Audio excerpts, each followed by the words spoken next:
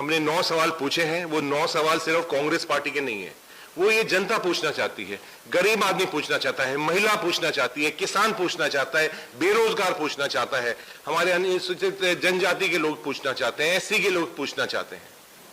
तो वही सवाल जो जनता पूछना चाहती है वो हमने सरकार के सामने रखे, लेकिन सरकार अभी तक कुछ नहीं बोल पाई है। 2014 के अंदर भारतीय जनता पार्टी की सरकार, प्रधानमंत्री नरेंद्र मोदी जी बहुमत से जीते, बड़े बड़े वादे कर इस देश की भोली भाली जनता को बेवकूफ बनाकर, जुमले चलाकर वो सरकार में आए। 15 लाख रुपए हर खाते में जमा कराने के लिए उनने वादा कर लिया था। उनने वादा कर लिया था कि पेट्रोल और डीजल की कीमतें हम कम करेंगे, एलपीजी की कीमतें हम करेंगे, रुपया और डॉलर को एक कर देंगे, यानी 1 रुपया और 1 डॉलर। यह वादा उनने करा था। उनने वादा करा था कि महंगाई खत्म हो जाएगी। उनने ये वादा करा था कि भारत को विश्व गुरु बनाएंगे। 56 इंच की छाती लेकर वो आए थे कि 1 के बदले 10 मारेंगे, ईंट का जवाब पत्थर से देंगे। ये सारी बातें कह के इनने पूरे चुनाव का जो पूरा कैंपेन था वो चलाया था, चिल्ला चिल्ला कर, बोल बोल कर, और हमारी भोली भाली जनता ने एक उनको मौका दिया। और वो मौका देने के बाद ये 9 साल तक ये सरकार रही है। और मैं 9 सवाल सिर्फ सरकार से पूछना हूं। जो सवाल है वो तो हजारों सवाल पूछ सकते हैं, लेकिन मुख्य तौर से सिर्फ 9 सवाल का जवाब ये सरकार दे, इसके लिए मैं आपके सामने हाजिर हुआ हूं।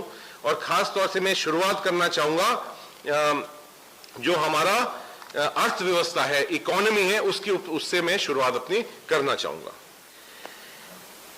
सबसे पहली बात मैं कहना चाहूंगा कि मोदी सरकार आई थी बड़े बड़े जुमले देकर, और खास तौर से उनका सबसे बड़ा जो जुमला था वो ये था कि पेट्रोल और डीजल की कीमतें हम कम करेंगे, एलपीजी का गैस की हम कीमत कम करेंगे। 2017 के अंदर जब 410 रुपए का सिलेंडर था, जब ये हल्ला करते थे कि बहुत महंगा है, 100 रुपए का सिलेंडर होना चाहिए, और आज 2023 के अंदर वो का वही सिलेंडर लगभग 1100 रुपए का हो चुका है। जो पेट्रोल 70 रुपए का था प्रति लीटर, वो आज 100 रुपए के आसपास पेट्रोल की कीमतें बढ़ी हुई हैं। जो डीजल सिर्फ 55 रुपए 56 रुपए का डीजल होता था, वो आज 90, 80 और 90 रुपए का डीजल मिल रहा है। और वो भी सिर्फ जब उस समय पर 100 रुपए से अधिक डॉलर एक बैरल का जो इंटरनेशनल प्राइस होती थी, अंतर्राष्ट्रीय जो कीमत होती थी, वो होती थी। आज तो वो कीमत घटाकर लगभग 60 और 50 और 60 और 70 के आसपास है, और फिर भी वो महंगा हो रहा है। उल्टा पेट्रोल और डीजल और एलपीजी जो पूर्व में 2014 से कम होना चाहिए था, आपने उसको डबल कर दिया है। 170% आपने एलपीजी बढ़ा दिया है, 60% पेट्रोल बढ़ा दिया है, 70% आपने डीजल बढ़ा दिया है। और इसी तरह से चाहे वो तेल हो, चाहे वो आटा हो, चाहे वो दूध हो, रोजमर्रे की जो हमें जरूरत है, वो सब चीजों की कीमतें बढ़ चुकी है। सरकार ने वादा करा था 2 करोड़ नौकरी देंगे हर साल, यानी 9 साल के अंदर 18 करोड़ हो गई नौकरियां। 18 करोड़ नौकरी देने की तो बात दूर की बात है, लेकिन जो नौकरी में लगे हुए थे उनकी नौकरी निकल चुकी है, क्योंकि डिमोनेटाइजेशन और जिस तरह की आर्थिक नीतियां थी, उससे जो लोग लगे हुए थे वो ही निकल रहे हैं। नई नौकरी देने की तो बात बहुत दूर की बात है। और एक में आंकड़ा जो पूरे विश्व के अंदर जो रिसर्च एजेंसीज ने उन्हें दिया है कि 50% जो डिग्री होल्डर है, जिनने लिखाई पढ़ाई करके मेहनत करके अपनी डिग्री मिली है, वो लोग बेरोजगार हैं। तो ये एक मैं आपके सामने बहुत बड़ी एक बात आपके सामने रखना चाहूंगा।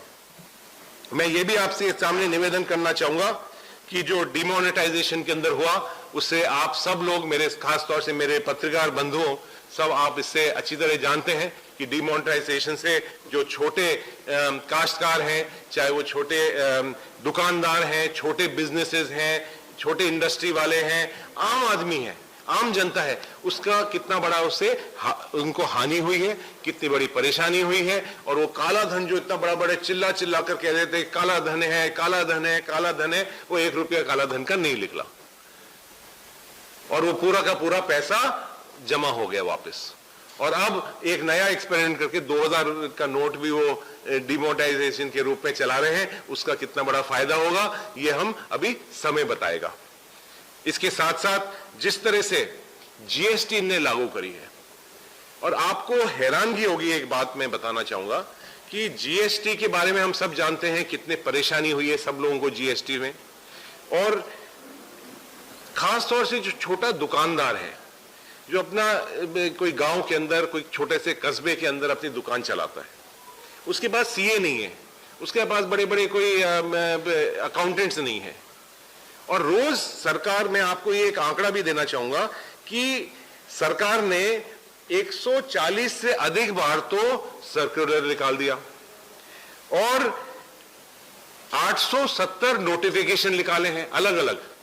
ये खुद ही नहीं तय कर पा रहे किस तरह से ये जीएसटी चलाते हैं। और 38 टाइम्स, 38 बार इनने नए ऑर्डर निकाल दिए। तो यानी हर दूसरे दिन इसको लगाए, इनके 9 साल के हर दूसरे दिन इनने कोई ना कोई बदलाव लेके आ गए। और आपको हैरानगी होगी कि जो हमारी 64% जो कलेक्शन है जीएसटी की, वो जो गरीब लोग हैं, जो निचले 50% है, उनसे होती है और सिर्फ 4% होती है अमीर लोगों से जीएसटी का कलेक्शन। तो ये भी एक बहुत हैरानगी करने वाली बात है। दूसरी तरफ गरीबों को तो मारने का काम इनने कर ही दिया। और जो इनके मित्र हैं, जो बड़ी बड़ी इंडस्ट्री चलाते हैं, आपके यहां भी बड़ी बड़ी कंपनियां हैं, हवाई जहाज में आते हैं, उड़ते हैं, बड़े बड़े लोग हैं, उनका जो टैक्स था पहले 30%, उसको 22% कर दिया उनका टैक्स। जो 22% टैक्स है वो कहां से आएगा? वो ये जो गरीब जनता है, जिनके ऊपर टैक्स लगाया है, जिनके ऊपर जीएसटी लगाई है, उनकी जेब से आएगा वो टैक्स जो इन अमीरों का कम करा।